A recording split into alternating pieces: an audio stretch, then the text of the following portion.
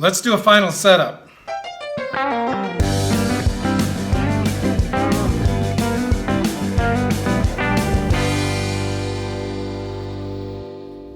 Well, we're just about done. We've made good progress. We've got everything put together, built the box, built the neck, assembled everything, put some strings on it, did an initial tuning. We're pretty close. These are a few of the final steps that I take when I'm doing a setup. And again, lots of people have lots of different ideas about it, but this is what I do. First thing I always do is when I get it together and I've got the string height relatively close, as I mentioned a moment ago, I suggest using a nickel as a place to start. Kind of consistent. One of the things I also do is I come in and I measure the scale length to make sure that I'm on. These are 20-inch scale length, so we got to be right on. So I use the tape measure up against the nut down here, and I make sure the front of the saddle is right at 20 inches. Going to start off with 20 inches. Now it may change, we may adjust it, but we're right at 20 inches on each of these saddles. And that's a good place to start. So the next thing I do is I always look for fret buzz. And what that means is that when you fret a string up here, sometimes you'll get a buzz off one of the frets somewhere down here. The geometry's not right, a fret's not set, the neck's not at the right angle, you've got a problem. So a great way to kind of detect that is to start off and just fret it and pluck it at every fret. So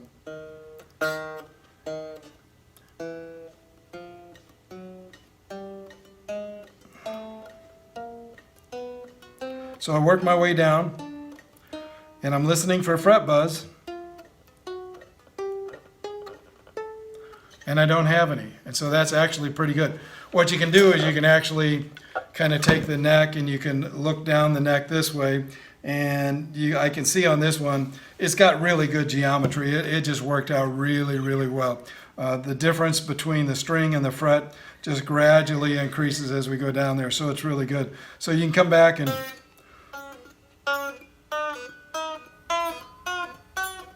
check all of the rest of the strings, all of the rest of the frets, and make sure you don't have a problem.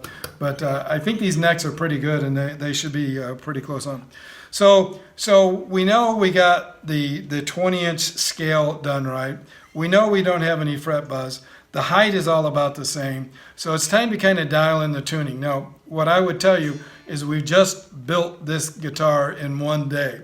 We put it together, we bolted it, we put strings on it, we've got it under tension. It's going to be changing and kind of moving around for a little while. And I typically like to set them up and then wait a day or two, come back, set them up, and just keep messing with them and kind of fine tune them. That's my way of building. Everybody else has a kind of a different opinion. When it comes to tuning, I use the Snark Man. I have some other ways of tuning it. I typically a lot of times we'll use a tuner program or a tuner app on my phone, but now it's taking a video. So I brought out my iPad, and I have on here the app that I use. It's called Pano, P-A-N-O Tuner, and it's a free app, and it works pretty well. It works off the microphone, listening to the noise coming off your box, and it'll kind of tell you where you stand.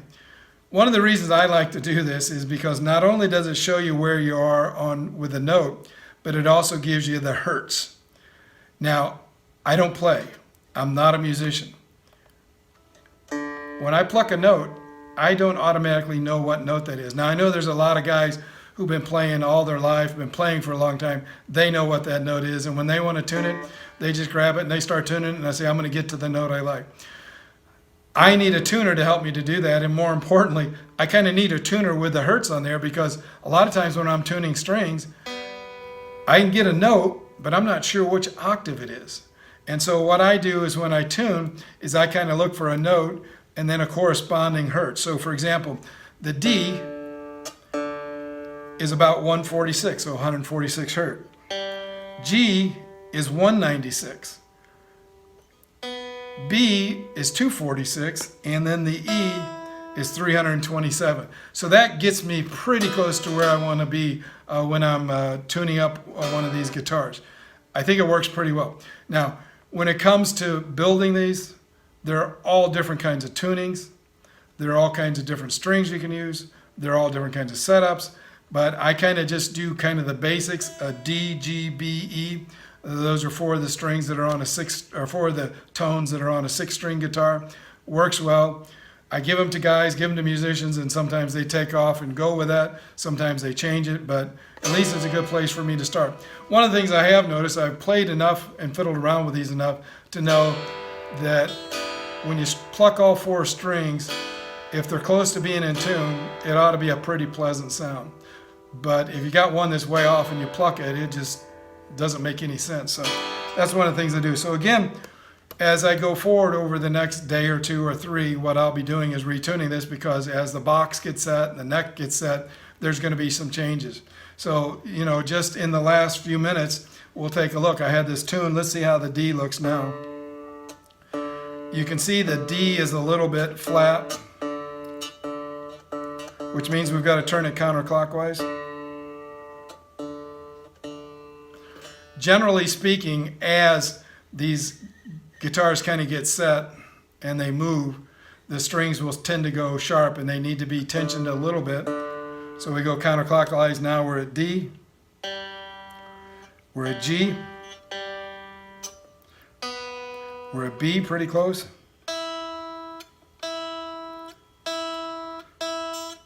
We can go a little bit more. And one of the things to keep in mind is that every time you adjust one, you got to adjust all of them, because now you're changing the tension on the neck. So it's a whole different story. So we're pretty close. In a future video, I'm going to talk about something that's called intonation, because we have the 20-inch scale here, and halfway down is the 12th fret. That's at 10 inches. That's 1 octave there and a different octave there. And the way to test that is, if I'm at D and it's open, when I press on the 12th fret, which is halfway, it should be D again, and it is. And you can see it's pretty darn close. That's called intonation, and you need to make sure that you get that set right, but that's a whole nother video. There's ways to adjust them. Again, if you're not right on the 20 inches, you'll have a hard time going. Screwdriver here, and you can kind of adjust these again. Start off at 20 inches, see how get it tuned up.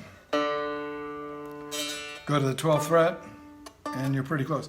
Now, the purists will tell you that you should tune your guitars like you play them, because it makes a difference whether they're laying flat or like this, and that's fine. But you can see I'm pretty darn good at 12, or pretty darn good on the D. G is really good. E is really good as well. So I'm pretty happy with this, where this is. For the first day, we'll kind of fine tune it again as we go on.